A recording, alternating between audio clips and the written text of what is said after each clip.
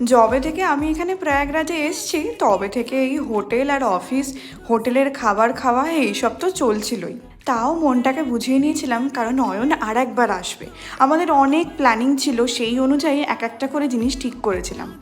নতুন একটা জায়গায় এসে সেখানে কমপ্লিটলি শিফট করা, এটা সত্যি খুব হেক্টিক কাজ, এটা একার পক্ষে সম্ভব না। আমি তো শুধু দিন গুনছিলাম যে অয়নের আসার দিনটা কবে আসবে।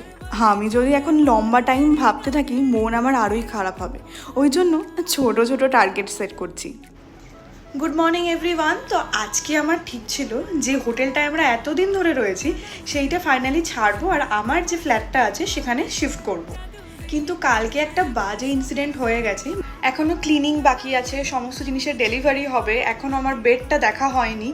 তো এই অনেক কিছু আছে, তার সাথে আমার শিফটিং আছে। এই পুরো জার্নিটা তোমাদের সাথে অবশ্যই শেয়ার করবো।